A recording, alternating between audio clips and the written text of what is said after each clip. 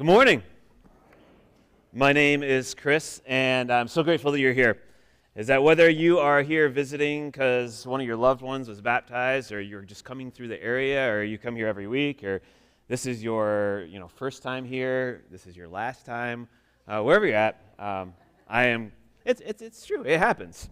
I just want to acknowledge that there's people in all different spots, in all different realities of life, and we're grateful you're here, and my prayer is that something said today would be refreshing to you, renewing, restoring, whatever that may be. We're going to be in Mark chapter 12, and so I want to invite you to turn there with me. If you want to use one of the Bibles that are in the chairs, it's on page 825, so you're welcome to join me there. We are in a series, The Art of Giving. This is the second week, and truly this series is about generosity. It is a series that we're talking about our time, our resources, our money, our abilities, and our entire lives. And if you're visiting with us, you're like, oh, I came the financial giving Sunday. Yeah, welcome. You're here. Now you're really confused. You're like, there's money, and there's ice cream cones made of balloons, and baptisms. There's a lot going on here. We are celebrating today. We are wrapping up the end of our 3-year campaign called Forward. Some of you were here at the beginning of that. Some of you came midway through. And some of you, like I said, are just here confused by ice cream. And afterwards, if nothing else, you can get some ice cream on your way out or some donuts. We're just here to sugar you up as well. But we'll be talking a little bit more about the campaign and why we're talking about and doing what we're doing here today. But really what we're talking about in this series is generosity. We finished a 2-week series that Andrew Skibby taught to us on hospitality. I mean, hand in hand, hospitality and generosity. Just so grateful for what Andrew shared with us and how he challenged us. And the reason we're hospitable and the reason we're generous is we have a God who is hospitable and a God who is generous. And so any of our hospitality or any of our generosity overflows from what God has already done through Jesus Christ. And each week what we want to do in this series is to talk about how can we give of ourselves? How can we be more generous? And you may be confusing why if you're here the first time, if there's someone taking pictures. We're updating our website, I recognize she's here, and this isn't a normal everyday occurrence. Either you're like, this guy is just full of himself. No, not at all. I'm very just, no, not at all. Oh man, here we go. We give because we serve a God who gave. John 3:16, one of the most well-known passages of Scripture that we have is, for God so loved the world that he gave his one and only Son. And so our generosity is that response. And so we want to explore how we can give. Last week we talked about how do we give our life away. And it was Mother's Day. And moms, man, you give your lives away. You pour into us. You pour into your kids. And we're so thankful. And we talked, too, about how God often rewrites our stories. How we want to have an open-handed reality to what God is doing. So this week, we're talking about the art of giving financially, and we celebrate the end of this campaign. Now, in one of Jesus' most well-known sermons in Matthew, it's known as the Sermon on the Mount, he talks about that we want to be people who don't just store up treasures on earth. We're tempted to, right? We want things and possessions and wealth and to be comfortable, if nothing else. But he said, don't just have that earthly temporal view. Have an eternal view on things, a heavenly reality. So we are to pay attention to the needs around us of hunger and thirst and clothing and emotional needs and mental needs and physical needs and spiritual needs. But this heavenly reality, this transfer of salvation, of faith, of belief, of trust, which we experienced and saw demonstrated in the 3 individuals this morning with Jared and Caleb and Matthew. What a beautiful picture of this spiritual need. But really what Jesus does is he overlaps the two. So it's not just about focusing on the earthly wealth, earthly needs, earthly comfort. It's not just about talking about spiritual comfort, and it's this overlap of the two that are there. The prophet Isaiah, he said this. He said, and if you spend yourself on behalf of the hungry and satisfy the needs of the oppressed, then your light will rise in the darkness, and your night will become like the noonday. Jesus said it this way. He said, truly I tell you, whatever you did for one of the least of these brothers and sisters of mine, you did for me. So Jesus is saying, you see someone who's hungry, It's not just about giving them food and you feeling better. Rather, it's about you serving me. See Jesus in them. Someone's thirsty and you give them something to drink, it's giving Jesus that drink. Needing clothing, sick, in prison. What we do for the people around us in need or what we do for Jesus. Mother Teresa, who worked in Calcutta, India, with the outcasts and the least of these, she explained that she did what she did because she saw Jesus in every human being. She said this, she said, I see Jesus in every human being, and I say to myself, this is hungry Jesus, I must feed him. This is sick Jesus. This one has leprosy or gangrene, I must wash him and tend to him. I serve because I love Jesus. And as followers of Jesus, we're called to do the same, to give our lives away in every possible way, to care for the people around us. Yeah, to meet needs, but also that they may know Jesus and know our motivation. See, we've believed the lie for too long that in order to give, it must be this big, elaborate, fancy gift, and so we neglect giving in small ways, these very practical ways so often, or even in small amounts. There's a story that Jesus told, or that was recorded in Mark, that Jesus interacted in. This is what it says in Mark 12, verse 41. It says, Jesus sat down opposite of the place where the offerings were put and watched the crowd putting their money into the temple treasury. So at the temple, there was this public space. The men and women and kids would be moving around in this open space, and there was two main spots where the offering was given. And this was a very public spectacle of giving. So Jesus is watching this. It's something people see and something people hear. Mark records that many rich people threw in large amounts. I want you to imagine you're sitting there, and someone who's wealthy comes along, probably not with a paper cup like this, but they come and they bring their coins. And you're like, whoa. They put a bunch in there. And so you hear this again and again and again, and people are turning with more coins going in. Who was that put that in there? But then Jesus said that a poor widow came. And this widow was the most vulnerable in society in that time. Without male support of a husband, a son, a brother, or a father, she had very little economic stability in that time. And so Jesus tells this story that she put two very small copper coins in, worth only a few cents. And can you imagine her coming along? And then maybe she just walked away. And the people would maybe look and see, like, who put that in? But Jesus saw this as a teaching opportunity. He calls his disciples to him and he says, truly I tell you, this poor widow has put more into the treasury than all the others. The very practical disciples are like, no, she didn't. She only put 2 in. Right? Like, that's just the practical people there. Jesus said they gave out of their wealth, but she, out of her poverty, put in everything, all she had to live on. Jesus was not impressed with the large gifts, the flashy generosity out of wealth, the attention that it drew. Jesus honored this poor widow who put the smallest amount in there, knowing the sacrifice that she made. Now, we don't have time to dig into the Old Testament principle of the tithe of 10%, the New Testament principle of stewardship, but just know that it is all God's. We work with this reality that God gives to us, and he expects us to steward it as his followers of how are we giving to bring God glory. See, if we follow his example, Jesus' example, it's about sacrificial living and giving. I mean, Jesus is the ultimate model for generosity. He gave his life. Paul said this, though he was rich, yet for your sake, for my sake, he became poor, so that you, through his poverty, might become rich. Jesus laid his life down so that we can have salvation, that he is the way, the truth, and the life, and no one comes to the Father except through Jesus.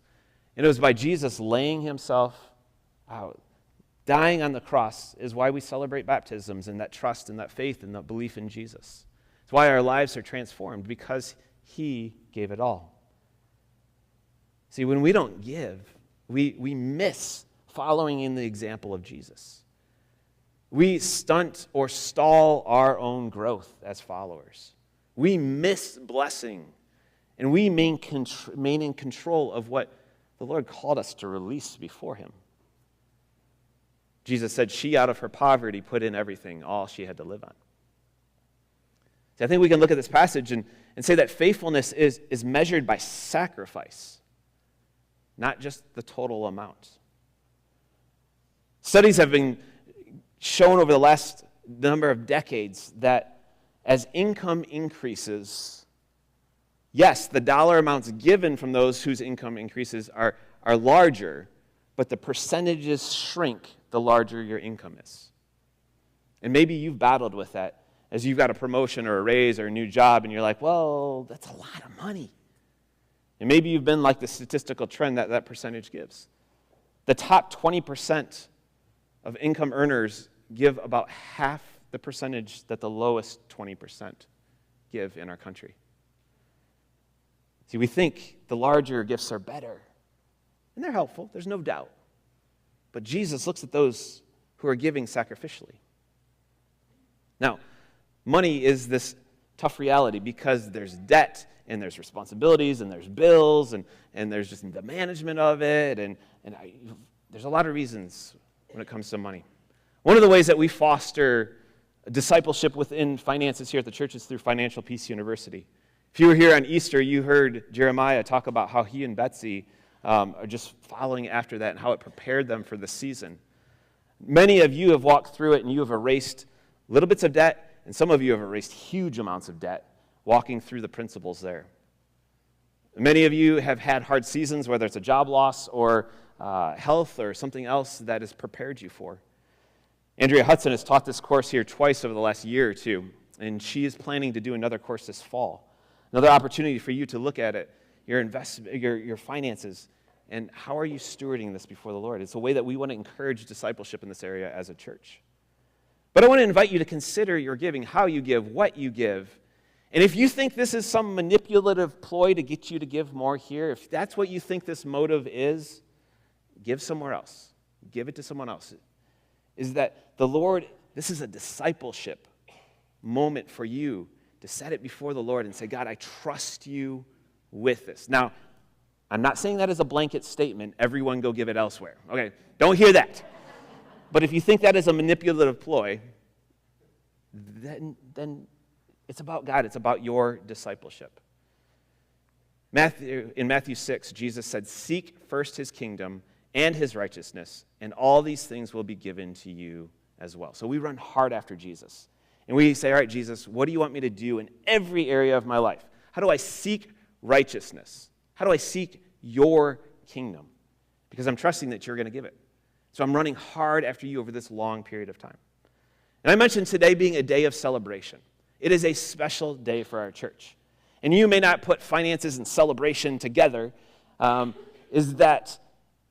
I want to tell you what's been happening here in the last couple of years. I've been a part of the staff here at this church for 24 years now. And I've been a part of this church for 32 years. I came here as a freshman in high school, and I witnessed how God and you, the church, the body, have just been faithful. I witnessed that when I went away to college. And then when I came back here on staff, I've witnessed the faithfulness of God and the faithfulness of you, the church, again and again and again and again. And for 41 years, this church has existed here with a prayerful patience and dependence upon God. And it still moves in that way. And it has defined so much of the financial reality of this church. See, this church right here is the Lord's church. It is God's. It's not mine. It's not the deacons. It is the Lord's church. And we have been believing and trusting for 41 years, as Psalm 127 says, unless the Lord builds the house, the builders labor in vain. So we're not doing this for ourselves or our glory or our name. Rather, it is about what God has done. And whether that was the way this church opened in 1984, many of you have heard that story many times. If not, it's on our website. You can go read it. He made a way for this church to open in just impossible measures. Whether it was timing on ministries or mission or staff or volunteers or building, it has been a prayerful dependence on God. Whether it has been land, purchases, sales, development of property, whatever it is the Lord's timing. Or whether it was 10 to 15 years of planning and praying and saving and working towards the building that we have now just out there. It has been this dependence. The Lord has been faithful, and he's directed our path. In May of 2022, we launched the Forward campaign. It was a 3-year campaign that ends at the end of this month. And it's so strange just to think about it's been 4 years. And in this campaign, we asked all of us to be a part of an intentional effort to really do 2 things, which I'll talk about in a few minutes. In this campaign, we talked about going forward in faith, forward in generosity, forward as family, forward in joy. And the truth is that the end goal wasn't building what sits out there or redeveloping some of the property. That was not the end goal. That was what you can see, the tool, the measurable reality. But really the why behind it all was about a deeper spiritual transformation and life change for people, both now and eternal. So what we did is we put together one of these forward guides, and we have extra copies, and you can grab one of these even if you had one before, or if you're new in the last 3 years and you want to see what it was all about. This tells the story. It tells the plans. There's all sorts of different things in here. You're welcome to take a copy if you so choose. But what I want to do today is I want to share a little bit of what the vision was and how some things have been unfolding. And we want to celebrate what God has done in and through this entire church, all the people. And so I want to revisit some of the words that are in this forward guide. So one of the things we said 3 or 4 years ago as we were writing this booklet, we said our building will have space in the large hub gathering lobby where we will see the formation of community and healing conversations before and after services, over coffee from the coffee shop. We will build a kitchen, imagine meals during the week filled with laughter and stories, ministry functions and events enhanced by the ability to share a meal while building relationships. So this week I asked a couple people who have used this space for this, what they have said, and I want to share a few of their words. First individual said, having the privilege to use the new kitchen has been a blessing. The space, the design, and the new appliances all make every event go so much smoother. Whether it is Awana snacks, funeral dinners, Christmas cookies, primetimer events, or vacation Bible school, morning breakfasts. The new kitchen makes the privilege of serving so much easier. Another said having the new kitchen so close to the main hub of the area of the hub is extremely helpful. Parishioners have been pleased with our ability to present a nice meal after the funeral service for their loved ones. It takes something off their shoulders at a difficult time. Guests that have never been to FBC are amazed with our building and how our members support each other through food preparation. One other person said, I feel the kitchen is the heart of any home. And a welcoming church kitchen can also have that same lasting impact on individuals. That's exactly what the kitchen at FBC has to offer, a welcoming environment that fosters heartfelt connections with bites of food or cooked meals. And not only the kitchen, but the coffee bar, too, was mentioned in there, is that so many of you just have consumed gallons and gallons and gallons of coffee and way too many donuts that we will not talk about. So we've had this opportunity, and I have watched so many of you grab a coffee and connect with one another, grab a donut and connect with one another. We also talked in the guide about this as we saw vision. We will build a large indoor playground open to the community during the week, year-round, where children make new friends, and so do mom, dad, or grandma and grandpa with others who come together. This will be a place where these small conversations lead to big conversations of faith. And we have this playground, and I love something someone said to me at one point, is that they're like, you built a huge playground indoors. And they said, and I love it, and I want to tell you why. This is what they said. See all these kids that are inside this playground? They would be all around us running out here. They're trapped in there. I was like, brilliant thought, which I did not think about in that moment.